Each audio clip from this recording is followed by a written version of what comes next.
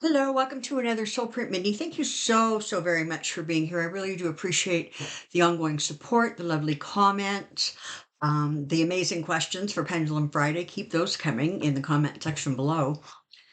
So I'm recording this a little bit early, and I'm taking a look at this Mike Johnson. So he is from Louisiana. There is a lot of teeth gashing going on about he is a mega. He is an election denier. Um, there's a lot. So, what I wanted to do before I sort of get inundated with all of it, I wanted to sit down and do a mini on this gentleman to see what his energy looks like and what we're looking at going forward. Um, so, I know some of these questions would have been addressed in last week's Pendulum Friday, but I want to just take a bit of a dive on here. So here we go. Let's take a look at the new Republican Speaker of the House. He was unanimously voted in. So even the people who are in very strong Biden districts who could not possibly have voted for an election denier absolutely did. Now, I think part of what was motivating people, the party, was simply that they were becoming a laughing stock. And it's one thing to be looked at as a rebel. It's quite another to just be looked at as a laughing stock. And so I think that that was part of what motivated them to just say, just vote, get somebody in there, let's get going. So let's take a look and see what kind of a speaker Mike Johnson is going to be, shall we? Here we go. Insight speaker, Mike Johnson. Insight speaker, Mike Johnson. Insight speaker, Mike Johnson.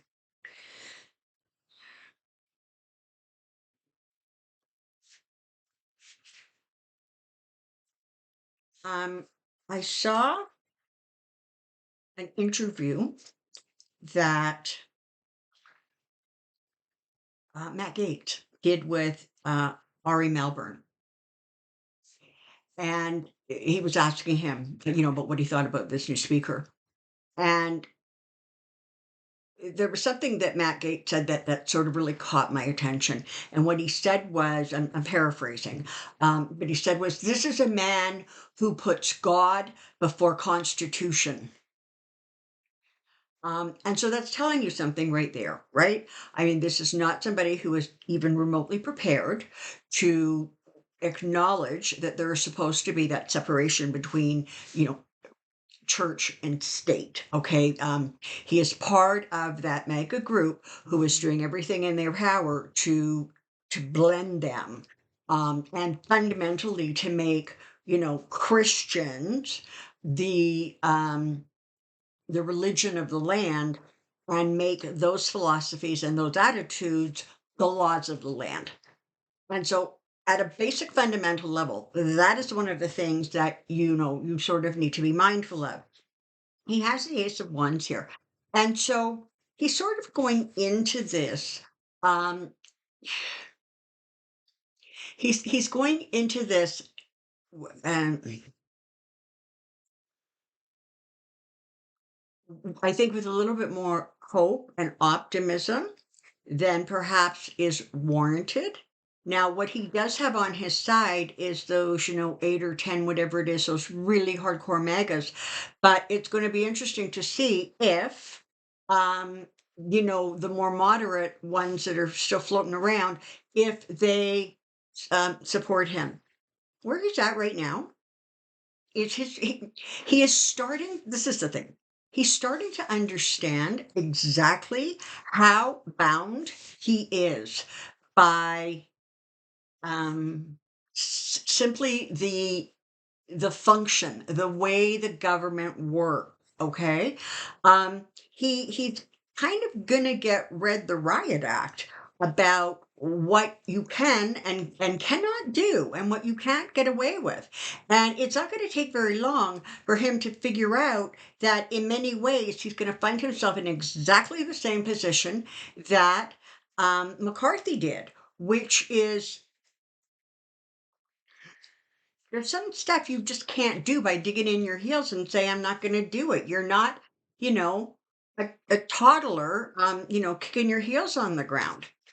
Things are moving for him very quickly now. And the thing is, it was the chariot. This is that out of control solar energy. Okay. So you have this eight of swords and you've got the chariot. And so this is like, I'm sorry, but it feels like a recipe for chaos. Now, chaos, I'm not sure that chaos and disaster are the same thing at this point. So let's all just take a breath and carry on.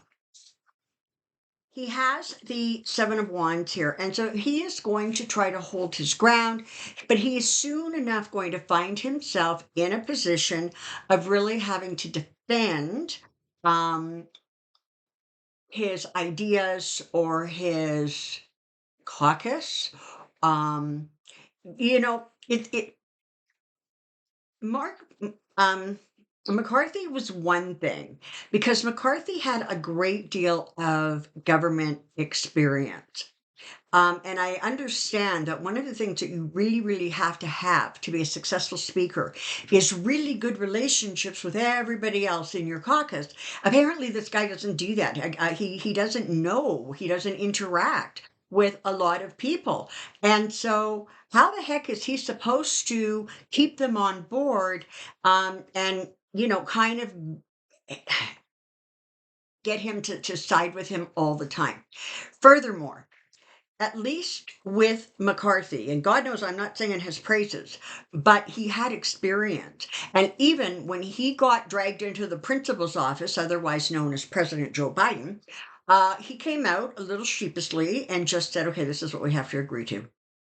And if you think that this Mike Johnson guy, who has less experience and is less savvy, is not going to experience that same sort of put in place energy when he schleps off to the principal's office, you're mistaken. So what you have here is somebody who has some real ideas, some illusions about how amazing he can be, but the reality of the situation is really going to come and, kind of knock him on his keister a little bit. He doesn't have what it takes to maintain or sustain the position that he now finds himself in. And listen, we've got, what is that? The Eight of Cups. So it's not surprising, wouldn't surprise me if at some point in the not too distant future, he did something that upset those people who just want to destroy everything. And he may very well find himself in a place of, like being threatened, right? Like, do it our way or get out, and or we're going to vote you out. And the reality, because he also is still functioning under that one person can, like, make a motion to get rid of you. Um, he may also find that he doesn't have any wiggle room. And it's interesting because some of the prime agitators, um, they're not getting taken to the principal's office, right? So it's very easy for them to stand on the sidelines and yak. But when it comes right down to it, they don't have. Um, I'm not for a second suggesting that that speaker house is not a powerful house. It is. I mean, third in line to, second in line to the presidency. But he doesn't have the experience for it. He doesn't have the political savvy. Um, he's going to get some help. There's going to be some of the more experienced people who are going to help him. The problem is that he is such a hardliner that that is not going to um like work well. Sort of oil and vinegar, that kind of energy is what I'm getting just with him and his caucus. He's going to be the hero for that very small group of people, but when you have other um representatives who have more experience and have a clear understanding, um, he's going to find himself in a better position. Knight of Cups. So he's going to start, um, you know, having a romanticized version of what this looks like and how this works. But when it comes right down to it, listen, he can have all the partnerships he wants with the Lover's card and the Two of Cups. He can have the Knight of Cups. But when it comes right down to it, what he's dealing with is the Tower. He is dealing with a situation where the foundation is not solid. And ultimately, he is going to face being removed. Now, I can't say that they're actually going to remove him. Right now, this feels more like a threat. You know, you don't want to go down the same path that McCarthy went down, do you? That kind of energy. And again, he is dealing with a bunch of people who um who don't want to listen to logic or reason. They just want to burn everything down. And because he is not on the opposite side of the fence, he's more inclined to want to want to take that route. The problem is he's going to be, schooled in exactly what he can get away with and simply what he cannot get away with.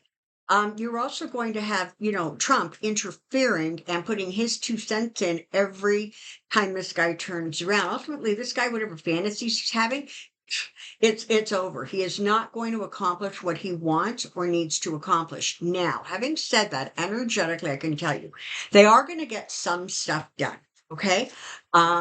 There's going to be, I think, a little bit more compromise on some issues, on some stuff. Um, I'm being told that funding for Ukraine and Israel is going to get approved, probably not as much as Biden is looking for right now, but they're not going to be able to completely scrap it. Um, I am seeing some across the aisle interactions, but they feel limited. And I almost want to say, and subject to conditions, okay? So, and again, that's not unusual in politics, right? I will vote this way for you on this. You better support me on that. It's that kind of give and take. So overall, Spirit, what do we think here? What's going to happen with this guy? So right now, they're kind of showing me that from now until the end of the year, he's probably safe. Of course, the end of the year, for goodness sakes, is 8 weeks away, right? I mean, at the beginning of November, doesn't take very long to get to the beginning of January. But there's definitely, I'm feeling like he's going to survive that long. So yes, some sort of a budget is going to go through. Probably another stopgap measure, but they're going to get something going through. Um, there is enough smarts at this point to understand that if they try to shut the government down, it's going to absolutely blow up in their face. And so they're not going to be quite so keen to go down that route. It looks like he's going to try to rein that in and harness that in. But overall, this guy is going to have a really, really difficult 2024. I'm not seeing right now that he gets all the way to the election.